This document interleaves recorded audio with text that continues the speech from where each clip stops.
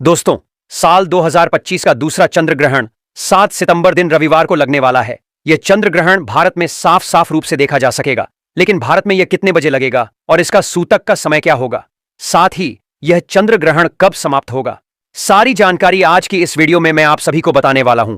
साथ ही आज के इस वीडियो में मैं आप सभी को बताऊंगा कि चंद्र ग्रहण के दौरान आपको क्या करना है और क्या नहीं करना है। और इसके साथ ही मैं आपको बताऊंगा कि चंद्र ग्रहण के समय गर्भवती महिलाओं को कौन कौन सी सावधानियां जरूर बरतनी है, क्योंकि इस दौरान नकारात्मक शक्तियां अपने पूर्ण प्रभाव पर होती हैं। तो इस दौरान गर्भवती महिलाओं को क्या करना है और क्या नहीं करना है, साथ ही उन्हें कौन से ऐसे उपाय जरूर करने होंगे ताकि उनका होने वाला जो शिशु है उस पर चंद्र ग्रहण का दुष्प्रभाव एकदम सुरक्षित रहे। तो दोस्तों, इस वीडियो के माध्यम से आप सभी लोगों को साल 2025 के दूसरे और महाचंद्र ग्रहण की संपूर्ण जानकारी मिलेगी, इसीलिए इस वीडियो को लास्ट तक जरूर देखिएगा। साथ ही इस वीडियो को देखने के बाद में आप ज्यादा से ज्यादा अपने पड़ोसी और रिश्तेदारों के साथ इस वीडियो को शेयर करना भी बिल्कुल मत भूलिएगा। साथ ही चंद्र ग्रहण की इस वीडियो को लाइक करके चैनल प्राचीन जानकारी को सब्सक्राइब जरूर कीजिएगा, ताकि आने वाली हर एक वीडियो सबसे पहले आपको संपूर्ण जानकारी के रूप में मिल सके। तो दोस्तों, साल 2025 में कुल 4 ग्रहण हैं, जिनमें से 2 सूर्य ग्रहण और 2 चंद्र ग्रहण हैं। और इस साल 2025 में जो पहला चंद्र ग्रहण था वो 14 मार्च को लग चुका है, और अब साल 2025 का यह दूसरा और अंतिम चंद्र ग्रहण 7 सितंबर दिन रविवार को लगने जा रहा है। पर दोस्तों, यह कोई मामूली चंद्र ग्रहण नहीं होगा, बल्कि एक महाचंद्र ग्रहण होगा, जिसका न केवल पूरी दुनिया के ज्योतिष पंडित बल्कि एस्ट्रोलॉजर भी बेसब्री से इंतजार कर रहे हैं। आपको बता दें कि ज्योतिष शास्त्र में चंद्र ग्रहण को अशुभ घटना के रूप में देखा जाता है, क्योंकि चंद्र ग्रहण के दौरान चंद्रमा पीड़ित अवस्था में होते हैं और अशुभ फल देते हैं, क्योंकि इस समय चंद्रमा की जो शक्ति है वो बिल्कुल ही क्षीण होती है। इस दौरान कई ऐसे कार्य हैं जिनको करना बिल्कुल ही वर्जित होता है। खास तौर पर जो शुभ कार्य हैं उन्हें चंद्र ग्रहण के समय बिल्कुल भी नहीं करना चाहिए। आपको बता दें कि चंद्र ग्रहण एक खगोलीय घटना है। जब पृथ्वी सूर्य और चंद्रमा के बीच में आती है तब इसे ही चंद्र ग्रहण कहा जाता है। आपको बता दें कि साल 2025 में 7 सितंबर को लगने वाला यह चंद्र ग्रहण एक पूर्ण चंद्र ग्रहण होगा। इसमें पृथ्वी चंद्रमा को पूरी तरीके से ढक लेगी, और 7 सितंबर का लगने वाला यह चंद्र ग्रहण भाद्रपद मास के शुक्ल पक्ष की पूर्णिमा तिथि को लगेगा। चलिए अब जान लेते हैं कि 7 सितंबर को लगने वाला यह चंद्र ग्रहण कहां कहां पर दिखाई देगा।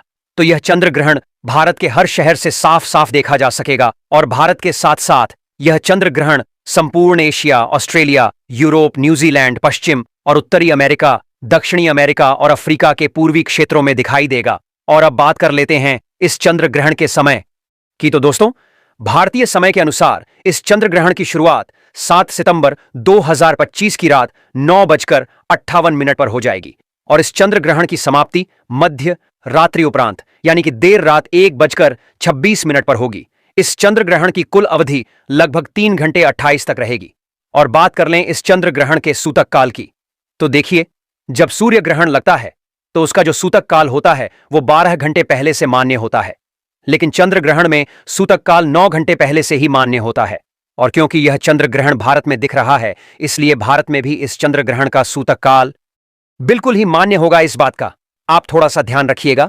बात कर ले सूतक काल के समय की, तो आपको बता दूं कि इस चंद्र ग्रहण का सूतक काल की शुरुआत 7 सितंबर 2025 की दोपहर 12:19 पर हो जाएगा, और सूतक काल की समाप्ति ग्रहण के साथ ही 7 सितंबर 2025 की मध्य रात्रि उपरांत यानी कि देर रात 1:36 पर होगी।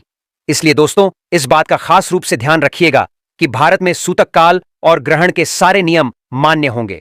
भारत में रहने वाले लोगों को इस चंद्र ग्रहण के समय विशेष रूप से सावधानी बरतनी होगी। खासकर गर्भवती महिलाओं को इस समय विशेष सावधानी बरतने की आवश्यकता होती है, क्योंकि ग्रहण का सीधा प्रभाव गर्भ में पल रहे शिशु पर पड़ता है। इसलिए चंद्र ग्रहण के समय गर्भवती महिलाओं को चांद की रोशनी में नहीं जाना चाहिए, और अपने गर्भ पर ग्रहण की छाया तो बिल्कुल ही नहीं पड़ने देनी चाहिए। साथ ही चंद्र ग्रहण के समय गर्भवती महिलाओं को ज्यादा से ज्यादा भगवान का ध्यान, मंत्र, जाप आदि करते रहना चाहिए, या किसी धार्मिक पुस्तक का पाठ करना चाहिए। गर्भवती महिलाओं को नुकीली और धारदार चीजों का प्रयोग इस समय सूतक काल और ग्रहण के दौरान बिल्कुल भी करना वर्जित माना जाता है। गर्भवती को ग्रहण में गलती से भी देखना नहीं चाहिए। दोस्तों, ग्रहण के समय गर्भवती महिलाओं को किसी भी बात की टेंशन नहीं लेनी चाहिए, और इस दौरान गर्भवती महिला को झुककर भी कोई भी काम नहीं करना चाहिए। इस समय सुई धागे का इस्तेमाल ना करें और ना ही बुनाई करें। ऐसा माना जाता है कि ग्रहण के समय प्रेग्नेंट महिला को धातु से निर्मित चीजों का प्रयोग भी नहीं करना चाहिए और ना ही उन्हें इस समय शरीर में धारण करना चाहिए। संभव हो तो ग्रहण खत्म होने के बाद गर्भवती महिला को स्नान अवश्य ही करना चाहिए और ग्रहण के दौरान अपने पेट पर गेरू का लेप अवश्य ही करके रखना चाहिए। अगर आप बीमार हैं तो किसी कारणवश स्नान ना कर पाए, संभव ना हो तो कम से कम अपने ऊपर गंगा जल का छिड़काव अवश्य ही करें और अपने कपड़े अवश्य बदल लें। ग्रहण के दौरान गर्भवती महिला को खाने में छौंक और तड़का भी नहीं लगाना चाहिए। खाने को जितना साधारण रखें उतना ही बेहतर होगा। इसके अलावा बता दें कि ग्रहण के समय पति पत्नी को शारीरिक संबंध भी नहीं बनाने चाहिए। ऐसा करने से आपके घर की सुख शांति खराब हो जाती है। यदि आपकी कुंडली में कोई दोष है तो इस समय ग्रहण के दौरान आप घर से बाहर ना निकलें। खासकर जिनकी कुंडली में राहु केतु का प्रभाव ज्यादा हो, आपको बता दें कि ग्रहण के दौरान तेल मालिश भी नहीं करनी चाहिए। ऐसा करने से त्वचा संबंधी रोगों का सामना करना पड़ता है। दोस्तों, ग्रहण के समय तुलसी के पत्तों का विशेष महत्व होता है। इस समय तुलसी के पत्तों को तोड़ना अशुभ माना जाता है। किसी भी चीज में खाने पीने की जो चीजें हैं उनमें तुलसी दल तोड़कर पहले से ही रख लें और फिर उन्हें जरूर ही डालें। इसके अलावा बता दें कि चंद्र ग्रहण के समय सभी लोगों को कुछ खास बातों का जरूर ध्यान रखना चाहिए, क्योंकि चंद्र ग्रहण का नकारात्मक प्रभाव सभी लोगों के जीवन में देखने को मिलता है। ध्यान रखें कि चंद्र ग्रहण के दौरान बालों में तेल लगाना, भोजन करना, पानी पीना, सोना या बाल बनाना, यह सभी कार्य बिल्कुल ही वर्जित होते हैं।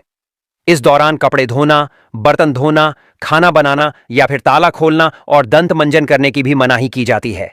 अगर आप बीमार हैं, बुजुर्ग हैं या बच्चे हैं या फिर गर्भवती महिला हैं और इस समय ग्रहण के समय कुछ भी खाने पीने की आवश्यकता हो तो आप ग्रहण के सूतक काल लगने से पहले ही खाने पीने की पूरी तैयारी कर लें और हर एक खाने पीने के सामान में तुलसी दल डालना बिल्कुल भी ना भूलें। इससे उन अन्न और जल में ग्रहण का दोष नहीं लगता है और आप ग्रहण की नकारात्मकता से एकदम सुरक्षित रहेंगे। दोस्तों, इसके अलावा चंद्र ग्रहण के समय कोई भी शुभ कार्य नहीं करना चाहिए। आपको बता दें कि ग्रहण के दौरान पूजा भी निषेध मानी गई है। इस दौरान आरती, पूजा पाठ करने की मनाही होती है। इस दौरान मूर्ति का स्पर्श करना बिल्कुल ही वर्जित होता है, क्योंकि इस समय प्रकृति सबसे ज्यादा संवेदनशील स्थिति में होती है। यही कारण है कि इस दौरान पेड़ पौधे, फूल, पत्ते तोड़ना नहीं चाहिए। शास्त्रों के अनुसार चंद्र ग्रहण के दौरान नाखून काटना, बाल काटना, दाढ़ी बनाना अशुभ माना जाता है। आप ग्रहण के समय मांस, मछली, मदिरा आदि का सेवन भी ना करें। ग्रहण की अवधि में यह सब चीजें नहीं खानी चाहिए। सिगरेट और शराब जैसे नशीले पदार्थों से भी बचना चाहिए। चंद्र ग्रहण के दौरान आपको किसी भी तरह का मनोरंजन भी नहीं करना चाहिए। कुछ लोग टाइम पास करने के लिए जुआ या ताश आदि खेलते हैं, जो कि बहुत ही गलत होता है। आपको बता दें कि ग्रहण के समय किसी दूसरे का दिया हुआ अन्न भी नहीं खाना चाहिए, वरना आपके ऊपर भार पड़ता है और 12 वर्षों का पुण्य नष्ट हो जाता है। एक बात का ध्यान रखें कि ग्रहण के दौरान बाहर का खाना भी नहीं खाना चाहिए। इस दौरान सोना नहीं चाहिए, लेकिन गर्भवती महिला, बूढ़े और बच्चों पर यह नियम लागू नहीं होता है। दोस्तों, ग्रहण के समय जितना हो सके ईश्वर का ध्यान करना चाहिए। ग्रहण के समय लड़ाई झगड़ा भी नहीं करना चाहिए। इस दौरान झूठ, कपट, बुरे विचारों से परहेज करें। ग्रहण काल में मन और बुद्धि पर पड़ने वाले कुप्रभाव से बचने के लिए आपको ज्यादा से ज्यादा भगवान का नाम जप करना चाहिए या किसी मंत्र का जाप करना चाहिए। आप चंद्र ग्रहण के दौरान चंद्रमा के मंत्रों का जाप करें। एक मंत्र मैं आप सभी को बता रहा हूं, इसे आप कहीं नोट कर लें और चंद्र ग्रहण के दौरान आप इसका जाप कर सकते हैं। मंत्र है ओम चंद्राय नमः या फिर ओम सोम सोमाय नमः। मंत्र का जाप कर सकते हैं और ग्रहण समाप्त होने के बाद गंगा जल डालकर स्नान अवश्य करें। पूरे घर में झाड़ू और पोछा लगाएं। गंगा जल का छिड़काव घर के मंदिर से लेकर घर के हर एक कमरे में जरूर ही करें। इसके बाद आप किसी जरूरतमंद, गरीब या ब्राह्मण को अन्य धन और वस्त्र का दान करें। इससे आपको पुण्य की प्राप्ति होगी। और अब बात कर लेते हैं चंद्र ग्रहण के दौरान आप किन उपायों को करके अपने जीवन के हर एक प्रकार के कष्ट से मुक्ति पा सकते हैं और अपनी मनवांछित इच्छाओं को पूर्ण करवा सकते हैं। देखिए, इस दौरान प्रकृति बहुत ही संवेदनशील होती है। इस दौरान किया गया कोई भी उपाय कभी विफल नहीं जाता है। तो इस समय आप धन लाभ के लिए ग्रहण के समय श्री सूक्त का पाठ करें।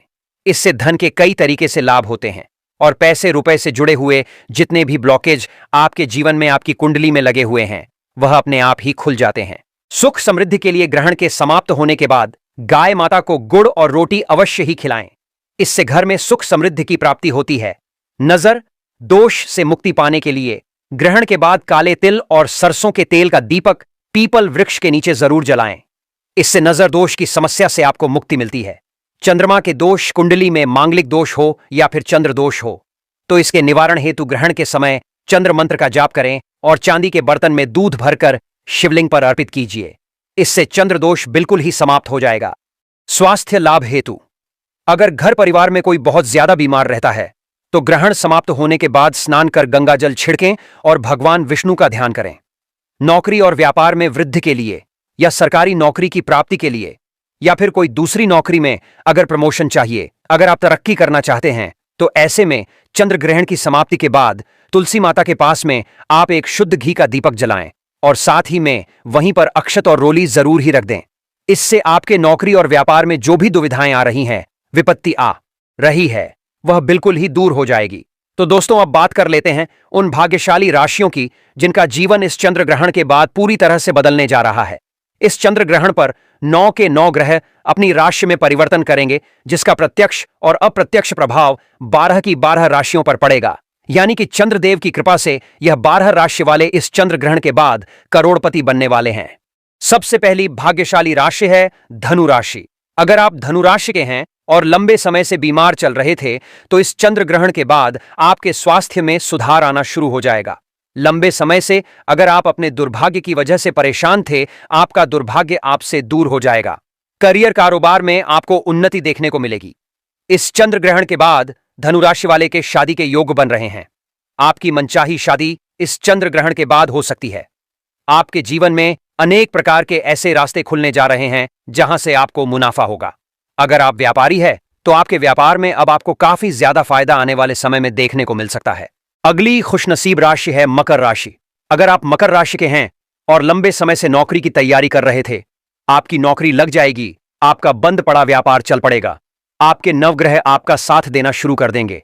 आपका शुक्र ग्रह भी आपका साथ देना शुरू कर देगा। शुक्र ग्रह व्यक्ति के जीवन के धन और संपदा से जुड़ा होता है। कहने का मतलब है, मकर राशि वाले इस चंद्र ग्रहण के बाद धन संबंधित जो भी निर्णय लेंगे, उस निर्णय से इनको फायदा मिलेगा।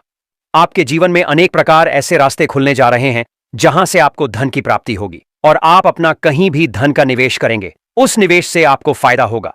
आने वाला समय इस चंद्र ग्रहण के बाद आपके लिए काफी ज्यादा कल्याणकारी और शुभ साबित होने वाला है।